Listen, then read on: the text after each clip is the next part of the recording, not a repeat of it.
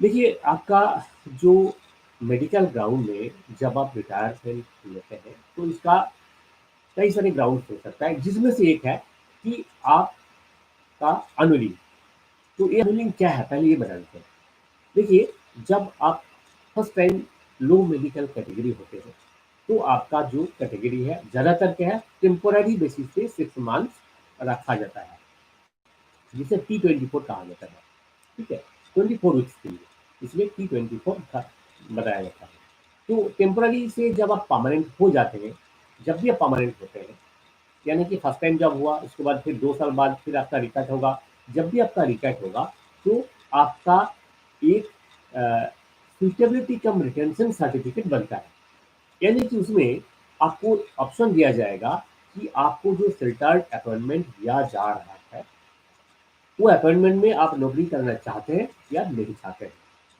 अगर आप चाहते हैं तो आपको रखा जाएगा, नहीं चाहते हैं आपको नहीं रखा जाएगा, आपको मेडिकली रिलीज किया जाएगा। पर इसमें एक चीज और है। मान लीजिए कि आप सेल्टर्ड अपॉइंटमेंट लेना चाहते हैं, पर आपका कमांडिंग अफसर का ये कहना है कि आपके लिए कोई सेल्टर्ड अपॉइंटमेंट अवेलेबल नहीं है। उस केस में भी आपको मेडिकली रिलीज किया जाएगा। ये दोनों ही केस है। आप विलिंग हो और आपका कमांडिंग अफसर आपको not recommend for further service करके घर भेज रहा है, या फिर आप अनविलिंग है for further service to take sheltered appointment. दोनों ही केस में क्या होगा, आपका जो मेडिकल रिलीज होगा, ये मेडिकल इनवैलिडमेंट कहा जाएगा। और इस केस में आपको डिसेबिलिटी पेंशन या इनवैलिड पेंशन क्या मिलेगा, एक एक करके बताते हैं। सबसे पहले बता देते हैं, जिनका सर्विस 15 ईयर से ज़्यादा है। मान लीजिए आपका सर्विस 15 ईयर्स है या फिर 15 ईयर्स है। ठीक है, आप एसपीआरसी में अनुलिंग किया और आपका कमांडिंग अफसर भी आपको रिकमेंड किया। तो इस केस में क्या होगा, आपका जो, फिर से मैं रिपीट करता हूँ, you are willing, you are unwilling for further service in sheltered appointment, but आपका कमांडिंग अफसर आपको सेल्टर्ड अपॉइंटमेंट दे रहा है। तो इस केस में क्या होगा, आपको मेडिकली रिलीज किया जाएगा, क्योंकि आप नहीं चाहते हैं। तो इस केस में आपका जो इनवैलिडमेंट, आपका जो मेडिकल इनवैलिडमेंट हो रहा है, इसमें आपको डिसेबिलिटी पेंशन आपको ऑथोराइज है। बट इसमें एक सब्जेक्ट ये है कि आपका जो डिसेबिलिटी है, या तो एग्रीवेटेड होना चाहिए या फिर एट्रीब्यूटेबल होना चाहिए। दोनों में से एक है, तभी आपको डिसेबिलिटी पेंशन मिलेगा, यानी कि डिसेबिलिटी एलिमेंट मिलेगा। और ये दोनों में से कोई एग्रीवेटेड या एट्रीब्यूटेबल कुछ भी नहीं है, तो आपको सर्विस एलिमेंट तो मिलना ही मिलना है। यानी कि आपका जो सर्विस पेंशन है, वो आपको मिलेगा, बट इसका नाम होगा सर्विस एलिमेंट। आपका जो पेंशन का जो पीपीओ बनेगा, उसमें डी से स्टार्ट होगा आपका पीपीओ। तो इससे क्या फायदा होगा, इससे एक तरह सा फायदा है। फर्स्टली, आप मेडिकली रिलीज है, तो आपको एक तो प्रीमेच्योर के लिए आपको किसी का पैर नहीं पकड़ना है। दूसरा क्या है, इनकम टैक्स में आपको फुल्ली छूट मिलेगा, क्योंकि आप डिसेबल सोल्जर है, आपको डिसेबिलिटी पेंशन मिल रहा है। ये जो सर्विस एलिमेंट है, this is part of disability element, disability pension. तो आपका आपका जो इनकम टैक्स में ये जो पेंशन है अमाउंट, ये फुल्ली छूट मिलेगा, यानी कि इस पर कोई टैक्स आपको नहीं देना। ये हो गया। नेक्स्ट जो केस है, केस नंबर 2, आपने विलिंग किया और आपका कमांडिंग अफसर आपको सेल्टर्ड अपॉइंटमेंट नहीं दे रहा है, आपका सर्विस मोर देन 15 ईयर्स का है। इस केस में भी आपको घर भेजा जाएगा, यानी कि आप मेडिकली रिलीज होंगे, और आपका जो इंटाइटलमेंट है सेम पहले का जैसे ही है। पर इसमें एक चीज आपको एक्स्ट्रा मिलेगा। क्या एक्स्ट्रा मिलेगा, आपको एजीआई का बेनिफिट मिलेगा। आपका जो परसेंटेज है, उस परसेंटेज के ऊपर आपको एजीआई का बेनिफिट मिलेगा। दूसरा चीज, इसमें 20% जो मिनिमम का जो क्राइटेरिया है, वो आपका केस में एप्लीकेबल नहीं है, क्योंकि आपका ये मेडिकल इनवैलिडमेंट माना जाएगा, और मेडिकल इनवैलिडमेंट में आपका 1% भी डिसेबिलिटी है, तो that will be calculated as 50%। Broadbanding होता है 1 to 49% इज इक्वल टू 50%। ठीक है, 50 से लेकर के 74%, 75%, 75% टू 99%, वो 100% में काउंट होगा। इस तरह का आपका ब्रॉडबैंडिंग होगा। ठीक है, तो इसमें क्या है, ये क्लियर हो गया। एरियाज जिनका सर्विस 10 साल से ज्यादा है और 15 साल से कम है, इनमें जो लोग आते हैं, उनमें से कोई अगर एससीआरसी में आप अनुलिंग फॉर फर्दर सर्विस है, और आपका कमांडिंग अफसर आपको रखना चाहता है, तो भी आपको मेडिकली रिलीज किया जाएगा। और इस कंडीशन में आपको सिर्फ एक ही ऑथराइज है, एक है डिसेबिलिटी एलिमेंट, एक है सर्विस एलिमेंट। जो सर्विस एलिमेंट है this is equivalent to service pension, and disability pension है that depends on your disability, आपका एट्रीब्यूटेबल एंड एग्रीगेटेड है या नहीं, और आपका परसेंट उस हिसाब से। तो अगर मान लीजिए आपका जो डिसेबिलिटी है नॉट एट्रीब्यूटेबल नॉट एग्रीगेटेड है, तो उस केस में क्या होगा, आपको डिसेबिलिटी एलिमेंट नहीं मिलेगा, सर्विस एलिमेंट भी आपको नहीं मिलेगा, क्योंकि आपका जो पेंशन होगा वो डिसेबिलिटी पेंशन नहीं कहा जाएगा, क्योंकि आपका सर्विस 15 ईयर से नीचे है, तो आपका ये पेंशन इनवैलिड पेंशन कहा जाएगा। 10 साल से लेकर के 15 साल का ये जो इस ब्रैकेट में जो लोग आते हैं सर्विस लेंथ में, इनका अगर नॉट एट्रीब्यूटेबल नॉट एग्रीगेटेड है, उस केस में जो पेंशन मिलता है वो है इनवैलिड पेंशन। ठीक है, तो इनवैलिड पेंशन का अमाउंट कितना होगा, जितना आपका सर्विस पेंशन है। आप अगर इस समय सर्विस करके 15 साल करके रिटायर होते हैं, तो जितना आपको पेंशन मिल रहा था, यानी कि आपका जो लास्ट एमोलूमेंट्स है, बेसिक पे, एमएसपी, ग्रुप एफ पे, क्लास पे, ये सबका 50% होगा आपका इनवैलिड पेंशन। तो क्लियर हो गया होगा। दूसरा चीज है, मान लीजिए आपका सर्विस 10 से 15 साल के बीच में है, और आप willing for further service accepting central appointment, but आपका कमांडिंग अफसर आपको रिकमेंड नहीं कर रहा है, आपको घर भेजा जा रहा है। इस केस में भी सेम एज इट इज पहले का ही होगा, पर इसमें एक चीज आपको एक्स्ट्रा बेनिफिट मिलेगा। क्या बेनिफिट मिलेगा, आपको एजीआई का जो बेनिफिट है वो आपको मिल जाएगा। ठीक है, अब आते हैं बिलो 10 ईयर्स। आपका सर्विस मान लीजिए बिलो 10 ईयर्स है और आप एससीआरसी में एनुअलिंग कर रहे हैं, तो इस केस में क्या होगा, तब भी आपको मेडिकली रिलीज किया जाएगा। और जब आप मेडिकली रिलीज हो रहा है, तो आपको डिसेबिलिटी पेंशन ऑथराइज होगा, सब्जेक्ट टू एग्रीवेशन एंड एट्रीब्यूटेबिलिटी। अगर आपका कैटेगरी, आपका जो एलएमसी है, आपका जो डिसेबिलिटी है एट्रीब्यूटेबल टू मिलिट्री सर्विस या एग्रीवेटेड बाय मिलिट्री सर्विस है, तो आपको डिसेबिलिटी पेंशन मिलेगा। और इसका दो एलिमेंट होगा, एक होगा डिसेबिलिटी एलिमेंट, दूसरा होगा सर्विस एलिमेंट। सर्विस एलिमेंट कितना होगा, आपका जो बेसिक पे, एमएसपी, क्लास पे, ग्रुप एस पे, टोटल का 50%, ये हो गया सर्विस एलिमेंट।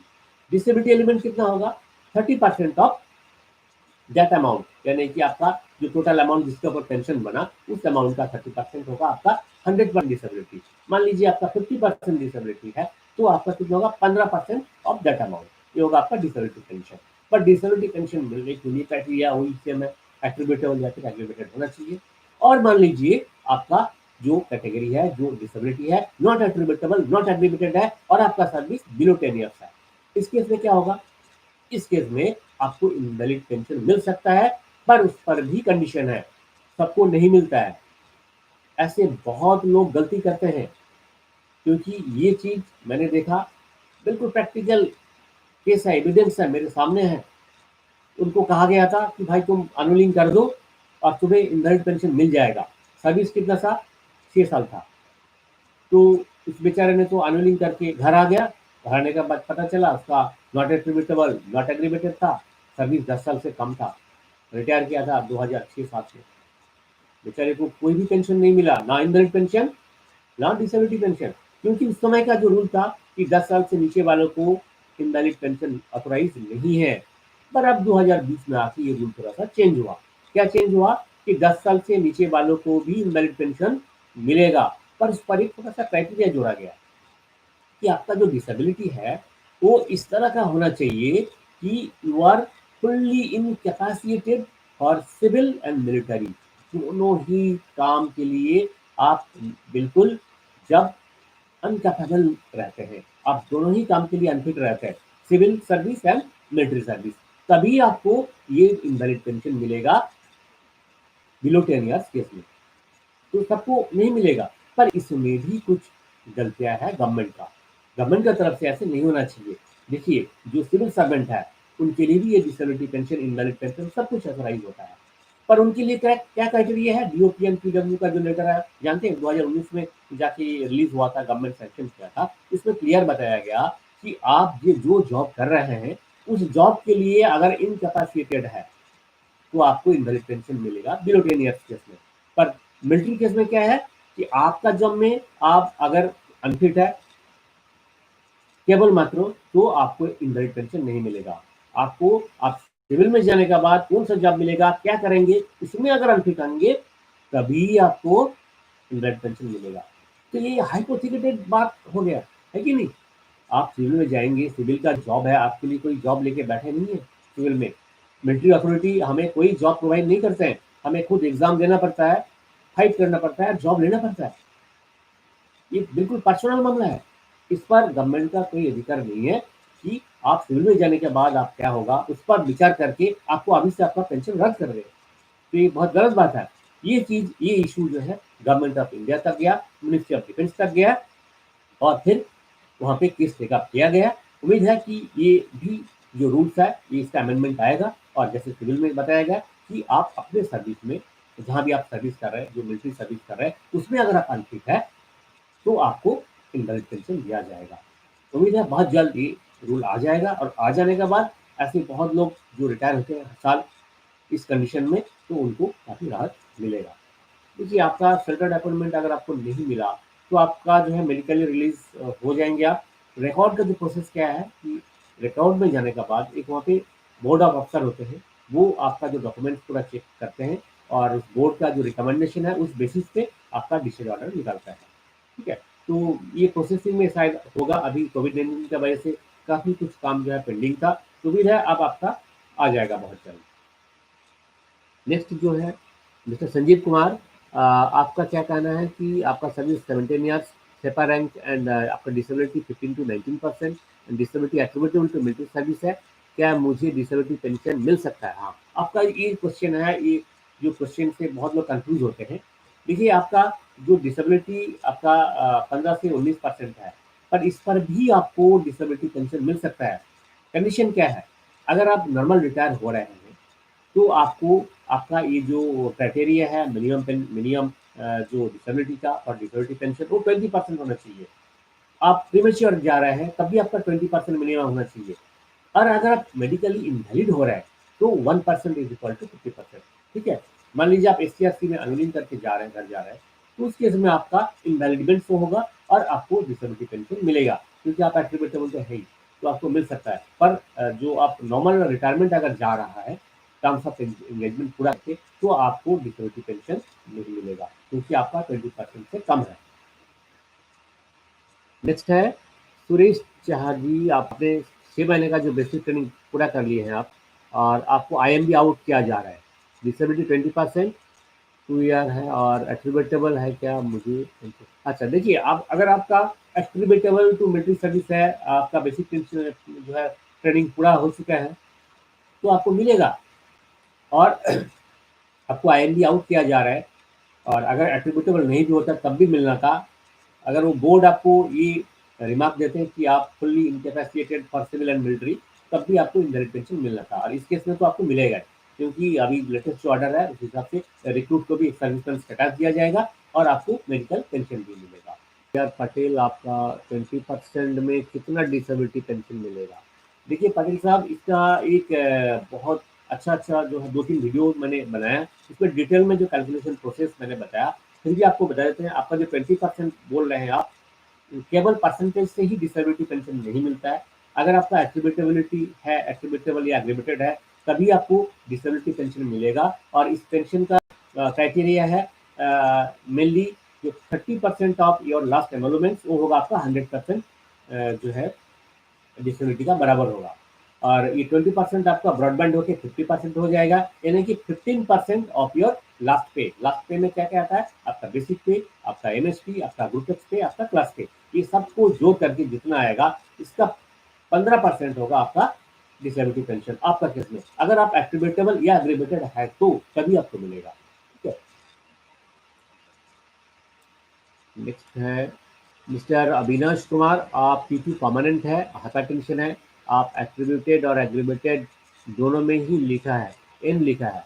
देखिए, आप नॉट एट्रीब्यूटेबल, नॉट एग्रीबेटेड है, तो आपको डिसेबिलिटी पेंशन तो नहीं मिलेगा। ठीक है, अच्छा पंडीलाल साहब, आपका 13 ईयर सर्विस है, अगर मैं SC/ST अनलिंग कर दूं तो मुझे क्या मिलेगा? देखिए, आपका 14 साल सर्विस हो गया, और अगर आप अभी SC/ST में अनलिंग करेंगे तो आपको अगर आप एन है, यानी कि आपका नॉट एट्रीब्यूटेबल नॉट एग्रीबेटेड है, उस केस में आपको इनवैलिड पेंशन मिलेगा, जिसका अमाउंट होगा सर्विस पेंशन का बराबर। और अगर आपका एट्रीब्यूटेबल या एग्रीबेटेड दोनों में से किसी एक कलम में यस लिखा हुआ है, तो आपको डिसेबिलिटी पेंशन भी मिलेगा और आपको सर्विस एलिमेंट यानी कि सर्विस पेंशन वो भी मिलेगा, दोनों ही मिलेगा। तो उम्मीद है कि ये सारी चीज़ें कवर हो चुके होंगे।